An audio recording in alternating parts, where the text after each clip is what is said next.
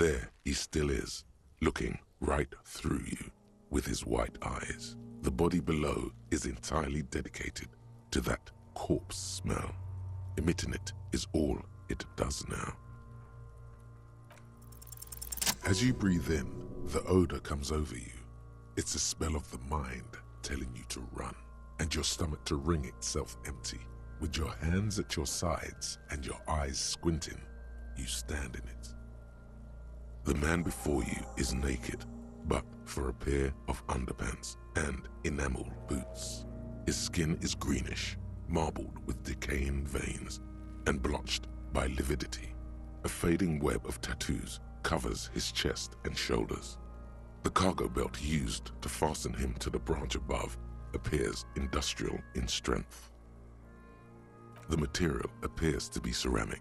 Its clean white stands in stark contrast to the decaying flesh above the knee. The man wore thick polymer socks, probably for padding. A fine array of interlocking plates covers them. Delicate and fragile, they feel alien to the world around you, out of place somehow. These are clearly not boots. They're armor, possibly part of a larger set. Indeed. Technically speaking, these are sabatons, not boots. Ceramic plate, zirconium dioxide most likely. This is where the make would be. Under the heel, fair weather model T500 VE. I'm guessing that's vitreous enamel. This is advanced stuff. Piece by piece.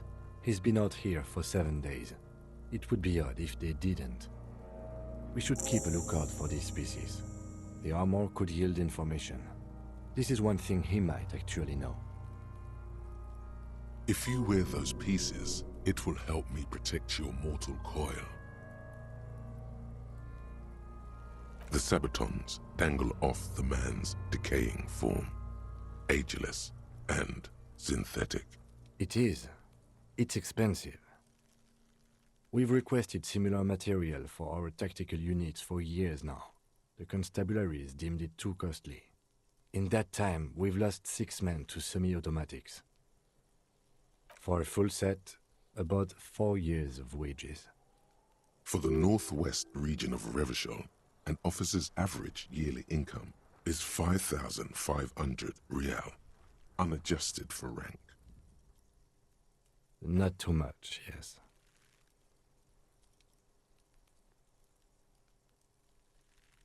It's a sorry situation, I agree.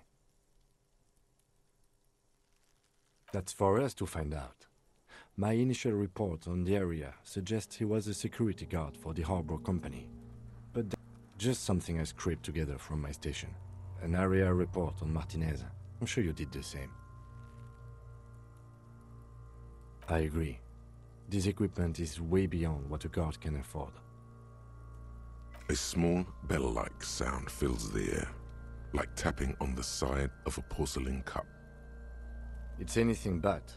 This material is a kinetic redistributor. It spreads kinetic energy horizontally, from plate to plate, dissipating it entirely.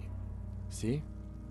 Faint, organic lines cover the plates where they separate into smaller ones. These plates then divide into smaller plates until there are hundreds of them altogether. Like whirls of floorboards, the design looks organic, influenced by highly resistant wood materials, like lignum vitae and ebony perhaps. If trees were made of porcelain, this is what their cross-sections would look like. The smooth, glossy surface fractures into ever more intricate interconnections, peaking on the right sabaton, where you notice. The whirls are in the shape of a letter and number combination, E50, 100, 1000. Good. Can you read it to me?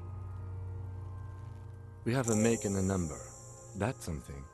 We can use the radio in my kinema when we're done. Either station can chase it for us. This feels dangerous. Are you sure? The sabatons dangle off the man's decaying form, ageless and synthetic. The cadaver slowly twists on the cargo belt, his torso covered in tattoos and extremities blotched pink and blue. The hangman's knot is pulled tight by the weight of the corpse below. Yellow, hard-edged polyester cuts into his neck. Above, a sliding buckle ties the belt to the branch. This is a steel-reinforced cargo lashing belt, big brother of the regular cargo belt. It's used for tying cargo under 6-rotor airships. Airlifting. I thought it was used on lorries for strapping cargo to them. The local harbor uses 6 rotors to shuffle containers around. I get the sense they use whatever was on hand without paying much attention to not incriminating themselves.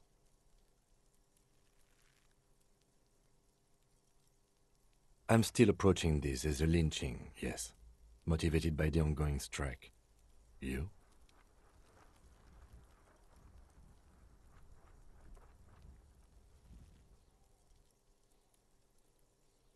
%70 of the cases I get are just filling in the blanks on the initial report. This belt worries me. I was afraid it would be. Thin steel wiring, parallel strands. This makes getting him down more problematic than I had assumed. A noose is one of those things that's easier to use one way around. That ladder can't carry a grown man. I didn't see any splintering either, did you? I think they lassoed the branch, then pulled on the belt to close the buckle. The cadaver hangs from the cargo belt, limbs limp and torso covered in tattoos. An intricate web of blue lines stretches across the torso, from the right shoulder to the solar plexus. Each time they intersect, a small white star is formed in their crossing. His corpse is marked by stars. Alcohol and heartbreak. Of no nation that I know of. If anything, it reminds me of religious illumination, last or penultimate century. Men who live harsh lives often turn to innocentic worship. But which one? I see no trace of a humanoid figure. I agree. He takes a thin piece of milled aluminium from his coat pocket and pulls it open. Sounds like a sword being unsheathed. A small lens appears. Some sort of camera. Shit, Kuno! What the fuck is that? An instant color camera. I have only 2 ampoules, so nobody move. I don't want to waste one. A sound, a shrill flash, followed by the breaking of a small ampoule of glass. You see streams of color pour onto the thick, glossy piece of paper, rolling out. In case we need it.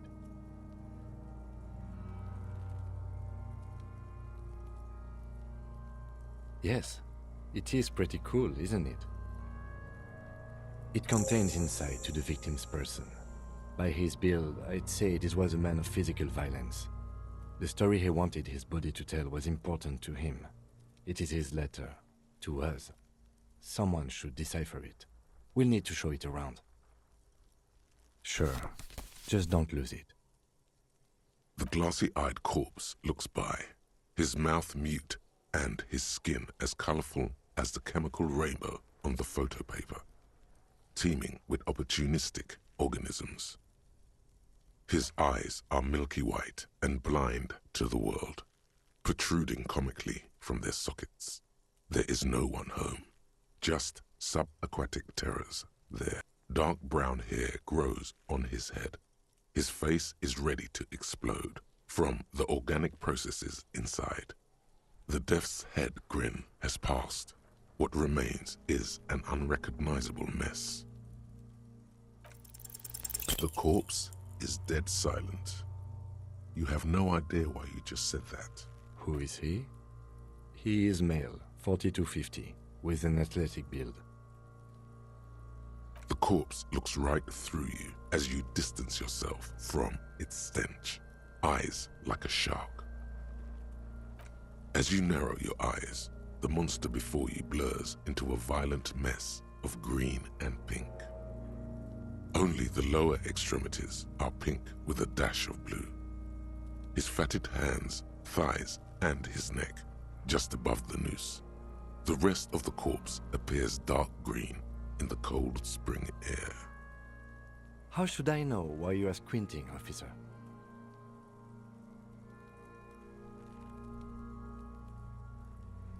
Oh. You are trying to assess lividity. The monster comes back into focus, an explosion of color coursing with dark marbled veins. His stomach appears pregnant with something. Black liquid streams down his thigh and onto his boot. So, what do you think?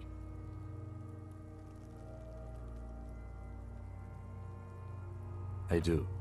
Most of them are post-mortem. Maybe even all of them. The delinquents have made our jobs harder with their little sport. Stop talking in riddles, coin slot. He means you fucked him up good, Kuno. Fucked him up brutal-like. A pool of blood and feces has eaten into the frozen mud below the man's feet. Purge liquid is dripping into it, drop by drop. The victim appears to have contained no more than half a kilogram of digestion at the time of death. The fuck he's saying? Talking about shit.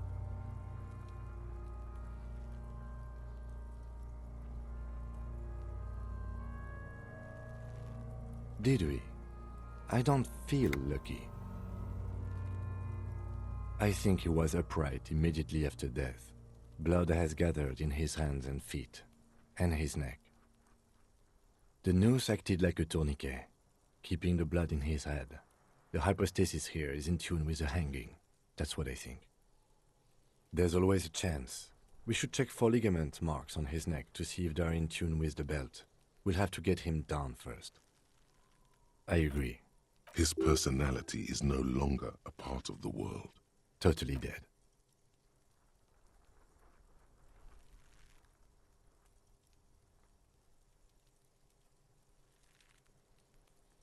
That sounds about right, yes. But there is no breath to catch. Only the cadaver filling the air and your nostrils. He slowly rotates before you, decomposing. Are you sure we finished the preliminary examination of the cadaver?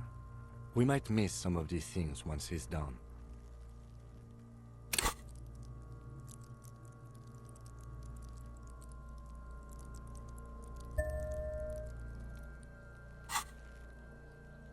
The cadaver slowly twists on the cargo belt, his torso covered in tattoos and extremities. I'm gone.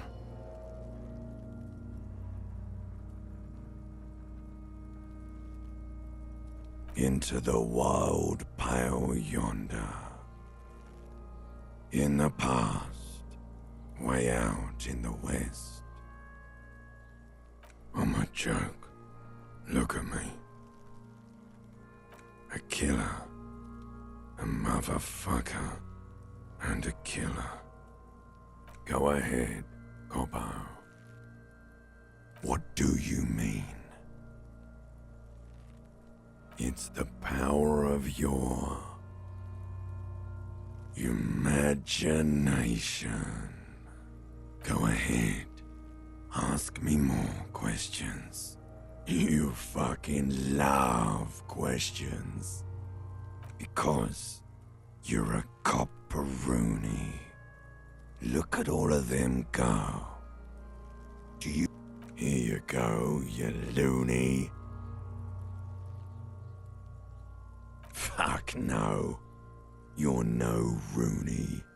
Between you and me, your name is probably Harry.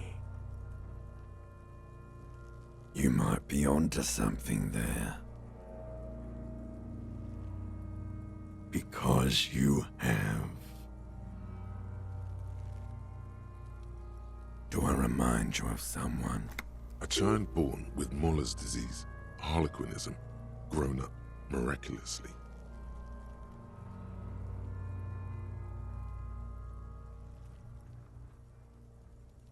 There you go. Look at that bright kid. We're birds of a feather, you and I. Soon you will be just like me. Just keep drinking and having a good time. It's a matter of weeks. Feeling nausea, vomiting, tenderness or pain around the liver area, tiny red lines on the skin above waist level, more like days, Coppo. The clock is ticking. Your liver tells you so. Come back later, Corpo. Amuse yourself with my frank manners and my memento mori features. If possible, also, see me in your dreams. Of course, you have come back later, Corpo. The steel-reinforced belt presents a unique challenge. I brought chain cutters, but I don't see a good angle of approach to the belt. The cadaver is a good 1.2 meters up. Neither one of us can reach the belt without assistance. And even if we do, there's the question of cutting the airship strength material. Climb up there and saw the branch? There has to be a less risky way, with less falling down of trees. Someone else? You mean like the police?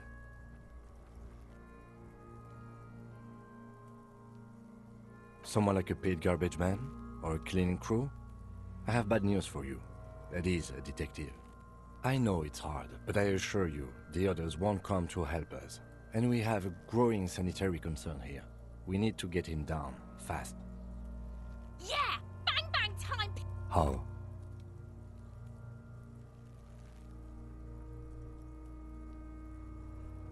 It absolutely will not, officer. That's not how physics work. It will maybe cut one thread loose. Yeah, now we're talking. Entertain a Kuno with some shit. They'll miss! The pigs will miss Kuno! The lieutenant's brow is furrowed. He appears too deep in concentration to even notice what you said. Silence. With his elbow sharp, the lieutenant unzips his jacket and produces a lightweight firearm. He drops a paper cartridge in the barrel, separates the scouring stick, and gives the cartridge 5 tucks.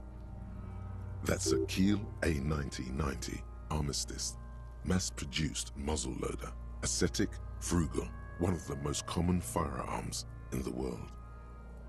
He then steps back and assumes the fellow's desk position, taking aim. The corner of his eye twitches. His finger is on the trigger.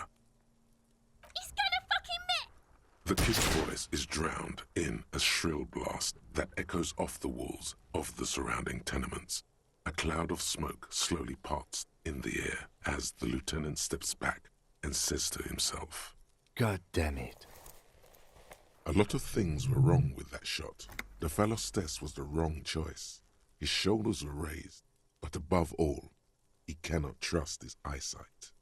Fucking idiot! Muckabat asshole! Kuno could have hit it easy, but then Kuno's not fucking handicapped, is he?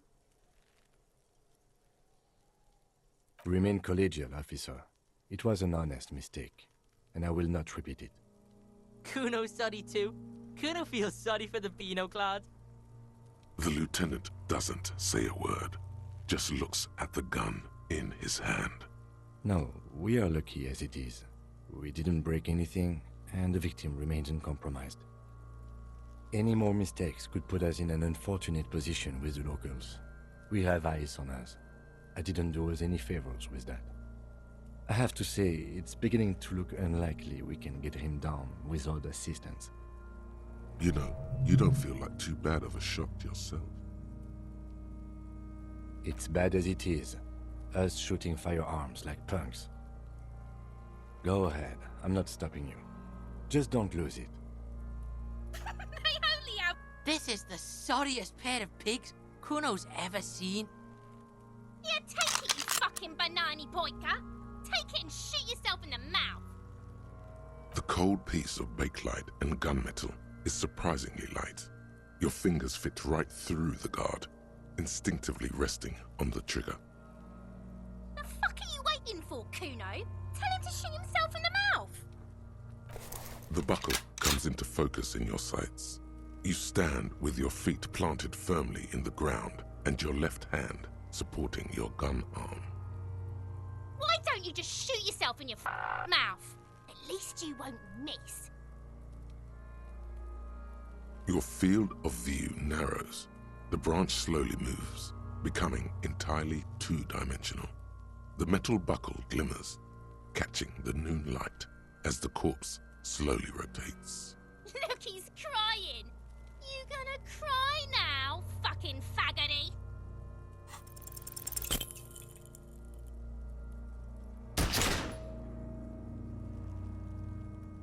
A plume of smoke erupts from the barrel. Your hand goes numb from the explosion. With your ears still ringing, you lower the weapon to see what happened. You missed the belt, but hit the corpse straight in the chest. Bits of ribcage protrude from the skin. No blood, only a murky sludge dripping down his belly. The sudden stink makes your eyes water. Oh my god, he's gonna fucking cry! I knew it!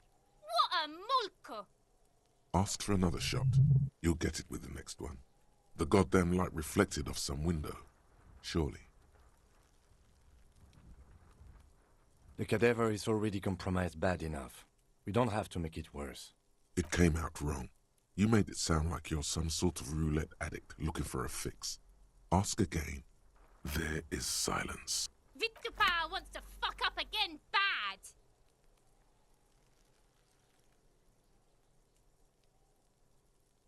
The cadaver... It came out wrong. You made it sound like you're some... There... Vittupa wants... It's the song of my people! Don't provoke her. Shot him in the chest! What a fucking idiot! It's not the gun's fault you can't shoot. It's your pig. Pigs don't have hands! Kuno has hands.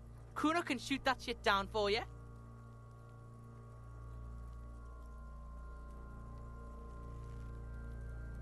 The lieutenant does not dignify that with an answer. He snaps the button on his holster and says, We still need to get him down, somehow. The bad way. The way I didn't want us to. By asking the harbor for help. They have the tools and the men. If they put him up there, they can take him down too. To ask the suspects for help with the victim's body? To be indebted to Everard Clare? Very much, yes. Which is why I would have preferred us to handle this ourselves. Clearly we can't. Suck my dick, bitches!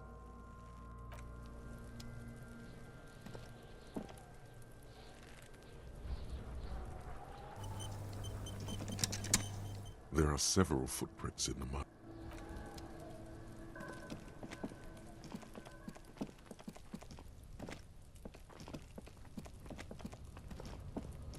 An inconspicuous pile of the roofing material, Eternite. Because there's a secret door hidden behind the panels of Eternite. That's why they're too orderly. There it is. You see a shabby little door.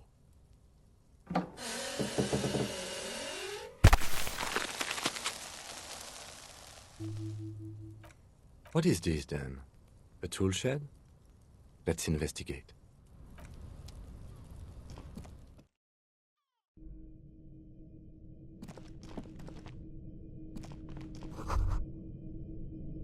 Be still, my beating heart.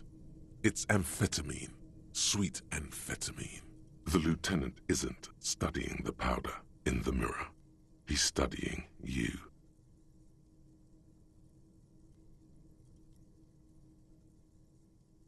Perhaps not.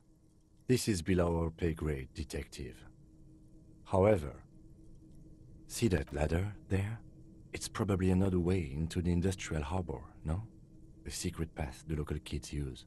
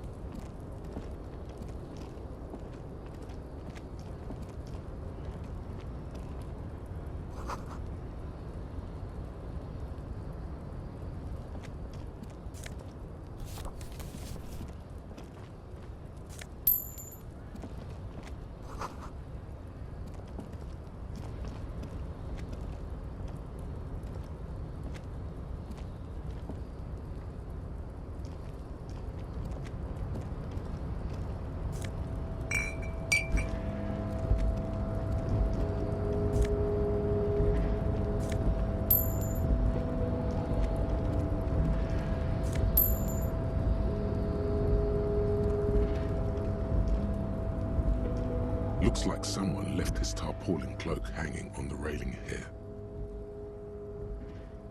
Yes, it's probably yours. It bears the RCM insignia, and you have a habit of being careless with your equipment. You could probably make the jump. You look like you've done some track and field in your day. The wind is aggressive up here. The lieutenant looks at the enormous crane towering in the distance over the container yard. Then he turns back to the sad piece of fabric flapping in the wind. I was under the assumption we could ask the leader of this union to help us get this body down. This is why we're here, right? Or it could be that we are just exploring. The cloak? I do think it's yours, yes. As to whether you should go for it? Well, it doesn't seem too dangerous. 2 meter stops. Whenever you're ready to do it, I'll be right behind you. The cloak looks like a bag of goodies floating in the wind. Who knows what its pockets may hide?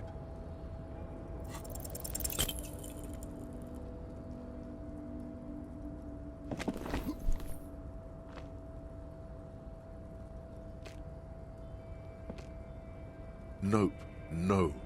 That's still too high. What were you thinking? You're not a gymnast. You're a boxer.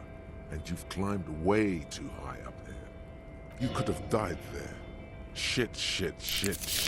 I'm failing you. This wasn't part of our deal. Hey! What happened? I understand. We can always come back when you are feeling better. It's just a cloak after all.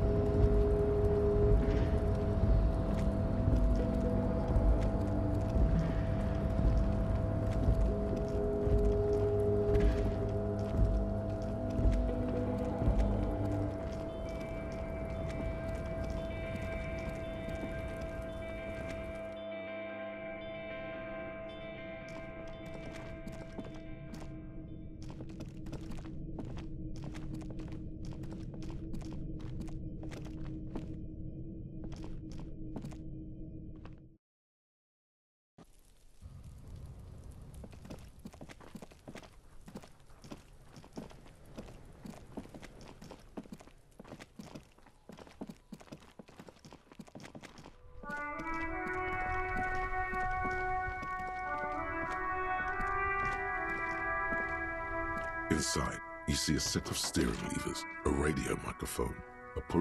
This is Precinct 57. How may I assist you? Sure, officer. What's the number? And the make of the armor, if you know it. Got it. I'll contact the ICP database immediately. Call back tomorrow. Hopefully they'll have dug up something useful by then. The International Collaboration Police, ICP, is an inter-Isolari law enforcement service, the crown jewel in the moral intern diadem, alongside EPIS and the coalition government. Just a second. Yes, hello? Oh, great. What else do you need, detective? Yes, I know who you are. You're a police officer.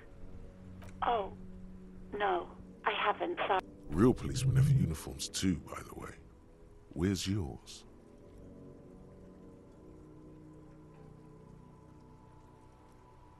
Yes, you absolutely should. It's awful that you lost it. It feels like you haven't worn yours in a long, long time. Please, no. Not this again. Everyone saw your cool gun, detective. You were trying to impress some people with it. Everyone was eating, and you were waving it around in everyone's face, begging them to describe it. You said it calms you, and then you started making suicide jokes. It got pretty graphic. Me neither.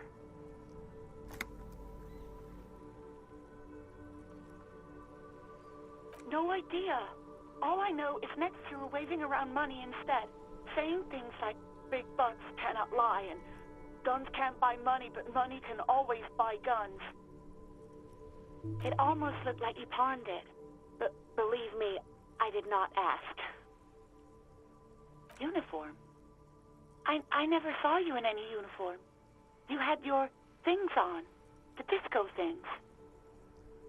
You hear the call breaking up. Anything else I can help you with, officer? Just... 10-4, come in, officer. Over.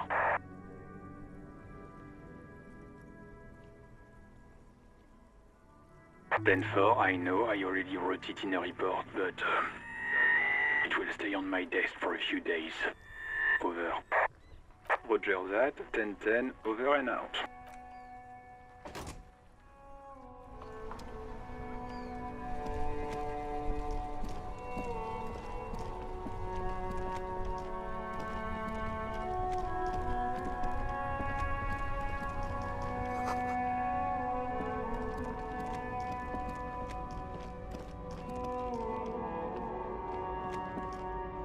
You see a Samaran street vendor surrounded by a motley assemblage of goods. When he realizes you're looking at him, his face breaks into a wide, welcoming grin. The name Sileng is embroidered over his breast. Happy shopping, officer! Everything's cool here. Everything's cool. The goods are cool, the customers are cool, the place is cool. And one more thing, officer.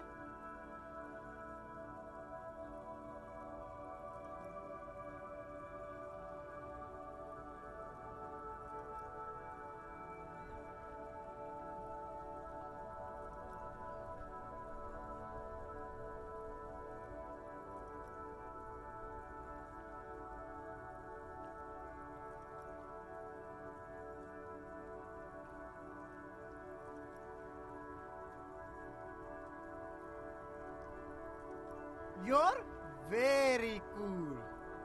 Bang, bang, bang, bang! You're right, officer. 100%. No playing around then. Strictly business. Maybe I can interest you in some premium menswear instead. Only the coolest goods in Revachol. I've got sneakers, speakers, extremely comfy pants too. Try them on right here. No shame, only freedom. Good joke, officer! Here we don't have permits. Just economic freedom. Take a look around. You glance around the decrepit buildings, the miserable weather, the sidewalks strewn with sunflower seeds and a dust-choked air. It's beautiful. Beautiful freedom.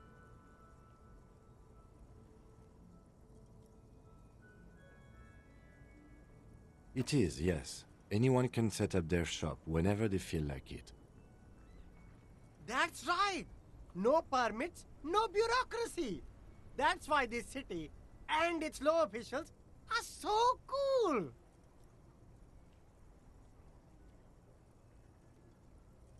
If you wanted to be cynical about it, you could say we are here to protect the interests of property holders. I am not, however. My man, officer, you make all this possible. Without you, this climate would be extremely bad for business. You're part of the gossamer state. Gossamer is a fine, filmy substance consisting of cobwebs spun by small spiders, seen especially in autumn. It's safe to say he's referring to the near absence of regulations.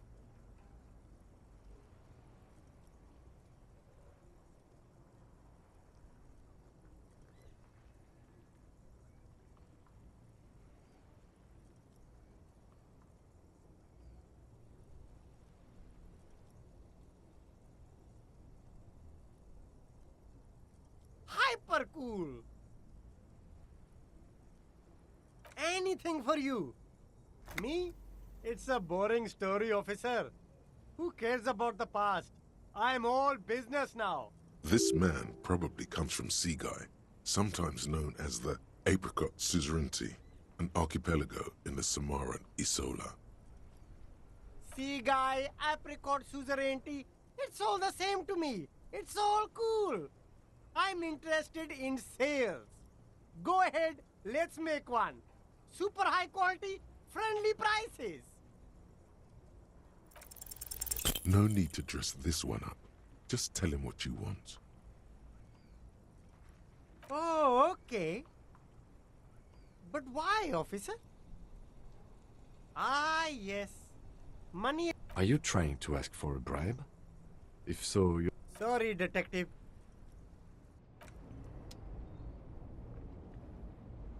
There's a pile of cheap sunglasses in a small box. You like sunglasses, officer? I've got the latest styles right here. These are all boring. Those UV stickers are almost certainly just there for the show. If anything, these lenses probably direct more UV light into your pupils. These are all first-rate sunglasses. Premium design, superb material, very cool, UV resistant. These will definitely keep your eyes safe and cool while doing your dangerous police work. No luck. All you find is this lime-colored cellophane visor, produced by a bargain sportswear brand called Amphibian, apparently. There's a malformed green frog on its bent cap. Oh, that visor is perfect for you, officer. It'll definitely keep the sun out of your eyes while you're shooting criminals. Bang, bang!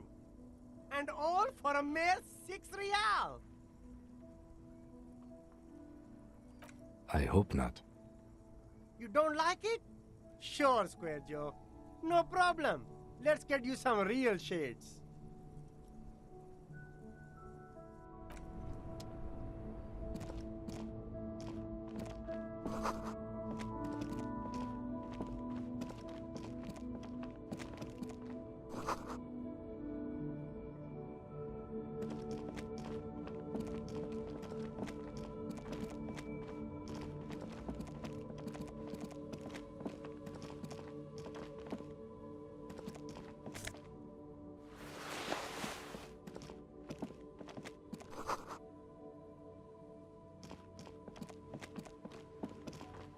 G'day to you, officers.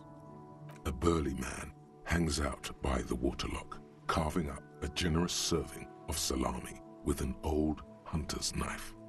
His eyes are fixed on a man stranded on the other side of the waterlock and on an enormous billboard that has fallen down into the canal between them. I wasn't here to witness it, but those look like tire tracks on that sign. Weird, huh? Then again, plenty of daredevil drivers in Rivershell.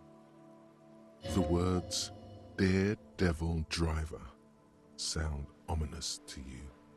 Too bad it also takes a year and a day to repair anything around here, especially a waterlock. The rest of the coast is closed off till then. Well, there's the fishing village, an abandoned fish market, a bizarro church. Not much use to the congregation, though. There always seems to be something wrong with it. Yeah, not really much else. Just bombed out ruins.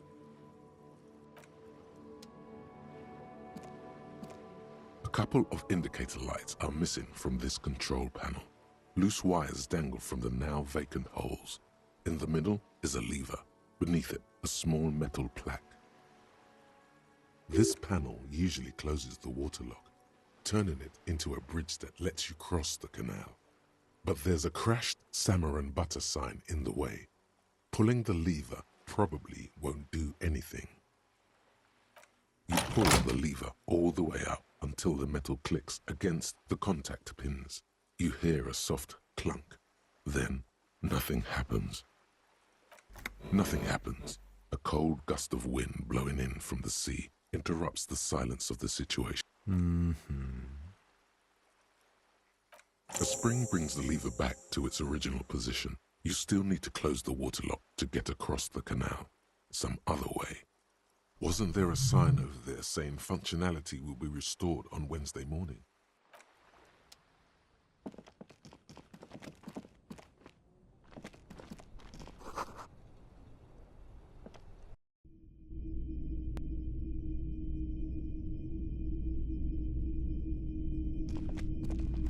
It's not often that I see officers from the RCM in my pawn shop.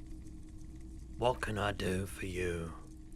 His courtesy is not insincere, but he prefers being alone with his projector, just watching the movement of light across the walls of the shop.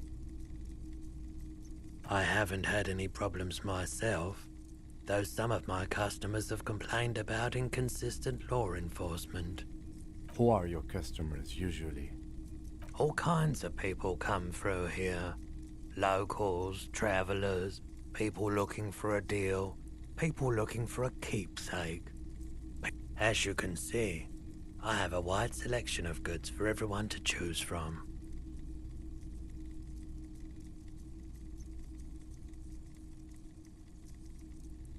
It keeps me entertained.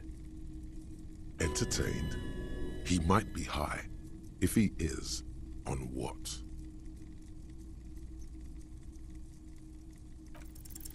Feeling warm and enthralled by the movement of light, while the mind continues to race forward? Lucky bastard. He's probably on Parolidon. It's tough to come by on the street.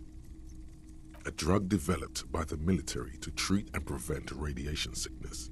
It has psychedelic side effects, and it makes your eyes turn yellow. Why on earth? These are prescription. I can't really see without them.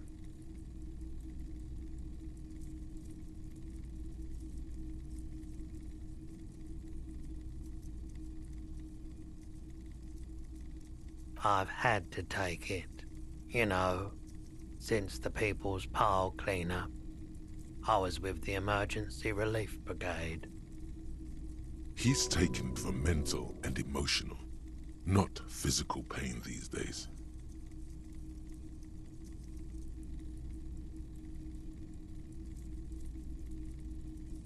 A bad idea. Some poor leftist built a particle decay generator in hopes of bringing affordable electricity to underserved communities. It malfunctioned. Radioactive waste everywhere. Probably some of it in you too. We were an all-volunteer force. Self-organized. Tried to help the fire brigades contain the spill. I lived by the river since I was a small boy. The Esperance. Didn't have the art to let it all go to shit without trying to do something to help out. There wasn't much the volunteer force could do, however. We wasted years in the river mud. Years getting sick. There's a reason why everyone's tried to forget any of it ever happened, and why no one has tried to repair or replace the pile. So much disappointment. And early deaths. Cancer mostly. And we knew all that was coming even as we were cleaning up as best we could. No one's. Everyone's. So much bitterness. A bunch of poor people built themselves a primitive nuclear reactor, hoping for the best. What do you think is going to happen? The cleanup happened 15 years ago. I was young then. Later, my second aunt died. Left me this shack and all the assorted junk in it. So I came to Martinez. People told me don't go there. It's a shithole. I said, people, we just had a nuclear pile meltdown. I'm gonna get as far away from Forburg as I can. Still in the same city, but I like the theory more than the story.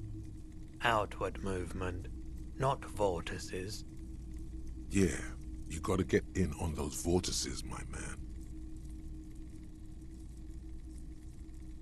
Someone else came here earlier today asking the same question. I promptly sold her the gun you pawned a couple days back. The lieutenant shifts from one foot to another, alert. You were adamant about getting rid of it, officer. Said you were undeserving of a service weapon of the Revachol Citizens Militia. And I don't like keeping guns around the shop for long. Off the charts photon emissions, the unhealthy kind.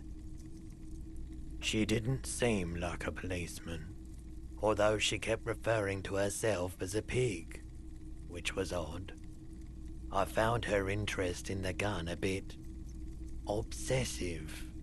But I was just happy to get rid of it. And of her. Truth be told, she was terrifying. Right, so let me get this right. You sold your sidearm, issued by the citizens' militia, and now a civilian is running around the streets of Martinez with it?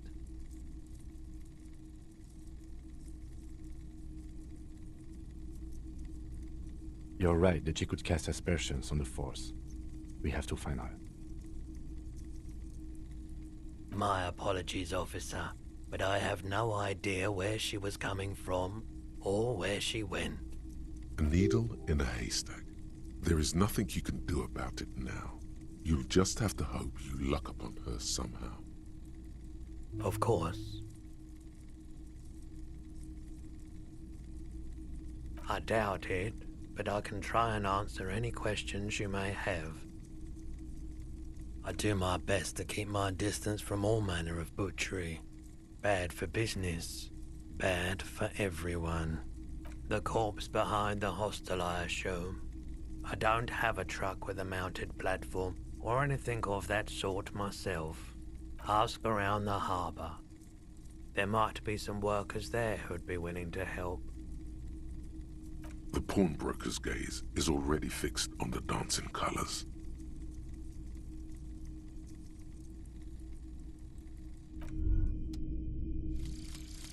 Lonesome, long way home. Here we go. Home awaits.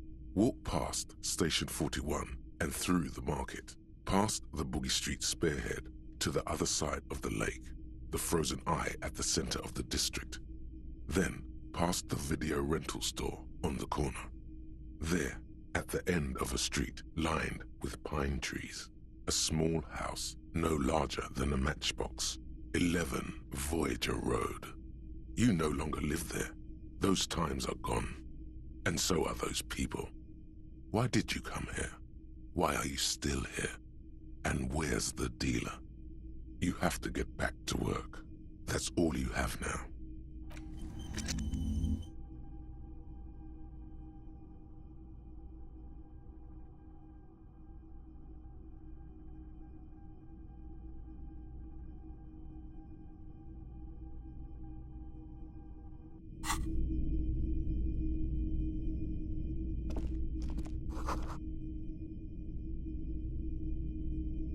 A typical Martinez streetlight sits among assorted floor and table lamps. Yes, officer. As you see, it's in perfect working order. His manner is casual, but his speech is careful, measured. He wants you to know that he has nothing to hide. 700 real. A bargain, I dare say. The light has undergone 3 transformations, and every transformation, large or small, has a price tag. Well, there are the costs of removal and rewiring. The most important transformation is the light's placement among ordinary indoor fixtures, which has adjusted its morphological field. The light became suitable for use inside the home just a few days ago. Okay, that checks out.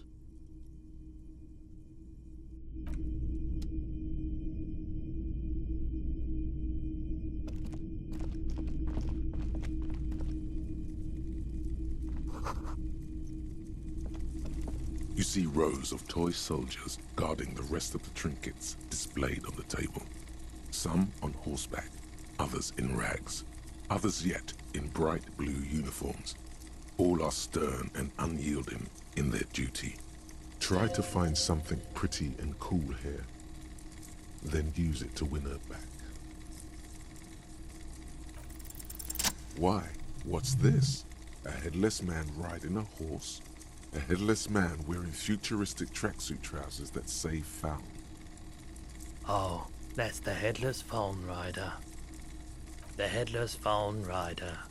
It's an urban legend about a man who rides the streets of Revachol sporting a fawn tracksuit. At 50 cents. Bargain price. I'll throw in the tiny cap too. I think he's looking for it, or something. That part of the story has many interpretations. Did I mention that this figurine is supposed to be lucky? Always carry it with you. Big men on big horses, clad in lamella armor and carrying flintlocks. Franco-Nigerian knights. I used to be very serious about these guys. A long, long time ago.